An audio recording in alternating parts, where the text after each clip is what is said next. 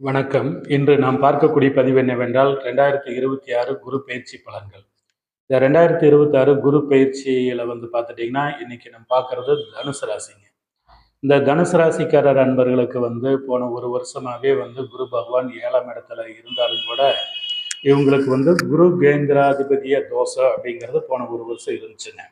அப்ப இந்த குரு கேந்திராதிபதிய தோஷங்கள் இருக்கிறனால, குடும்ப வாழ்க்கையில ஒரு நிம்மதிகள் இல்லாத அளவில் கணவன்மைக்குள்ள சண்டை சச்சரவுகள் பிரச்சனைகள் பிரிவினைகள் கோப்பான நேரமெல்லாம் தனுசு ராசிக்காரர்கள் அன்பர்களுக்கு இருந்திருக்கணும். அதே மாதிரி நண்பர்களுடைய வழியில பார்த்துட்டிங்கன்னா 10 வருஷம் 20 வருஷம் 30 வருஷமாவே உயிர் நண்பராக இருந்தவங்களோட போன ஒரு வருஷத்துல ஒரு நம்பிக்கை துரோகங்கள் ஒரு ஏமாற்றமான சூழ்நிலை எல்லாம் இந்த தனுசு ராசிக்காரர் அன்பர்களுக்கு இருந்திருக்கணும்.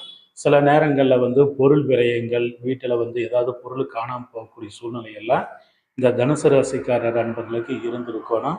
தொழிலில் ஒரு பாதிப்புகள் சிரமங்கள் எல்லாமே இந்த தனுசு ராசிக்காரர் அன்பர்களுக்கு போன ஒரு வருஷமாகவே இருந்திருக்கணும்.